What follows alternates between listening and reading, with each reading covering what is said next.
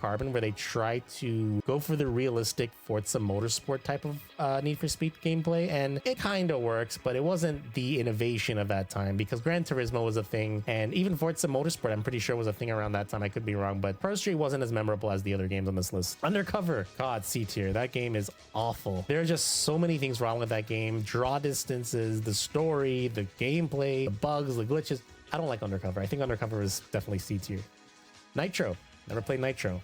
Alrighty, Shift. Need for Speed Shift. We're going to put Need for Speed Shift at A tier, and we're going to jump to Shift 2 and put that to S tier. Need for Speed Shift, what it did really good back in the 2009, I think it was 2009, 2008, was it had racetracks. It had no cops, but it was racetracks, but it did a very good job of implementing a realistic type of race, where when you're actually in the midst of the race, it makes you feel as if you're the driver sometimes, where your camera's all shaking up. It really did a good job of implementing that, and I think it was one of the best racing games you could have gotten at that time. So Shift and Shift 2 deserves A and an S tier. Need for Speed World. I never played Need for Speed World. I was not around in the United States when Need for Speed World was out. I was on vacation and I just never got to experience it. I always wanted to experience it because I knew it came out the same time around Hot Pursuit, but I guess I'll never know. Hot Pursuit, S tier. This game brought back the beauty we loved in cops and in racers, and the online was amazing too. And there's also a remaster as well. The remaster for this game is also phenomenal, but the ability to use EMPs, spike strip, jammers, roadblocks, turbo, which I'm not talking about the traditional turbo, I'm talking about turbo that's faster than nitrous. This game had some really good implementation of cops and racers. Definitely play this if you can actually go play it right now. There's still a little bit of a fan base out there that you can go and play. Need for Speed The Run. I don't know about Run.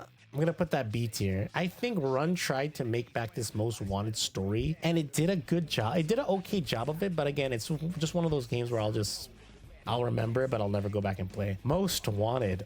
I'm sorry, Most Wanted 2012. You're going D tier. And why did you guys slap on a Most Wanted? And it was made by Criterion Games. I think that's the people that made Burnout. But Most Wanted was just a slap in the face. This game is nothing like the 2005. It's literally drive around, find another car, pick it up, race, get to the end race, rinse and repeat. It was not a good game at all whatsoever. I did not like Most Wanted. Need for Speed Rivals, A tier. That was definitely one of the games that brought back the series in that midst of time. Need for Speed Rivals was running on the Frostbite engine, and the graphics were ahead of that time, and I think Rivals was a phenomenal game. I loved Rivals, and if I'm not mistaken, I think the 360 versions, or some of I think servers are down for it somehow somewhere, but Rivals is definitely good. Need for Speed Edge, never played that, don't know what that is. Need for Speed 2015. God, how I love you, Need for Speed 2015, but you could have been so much more better.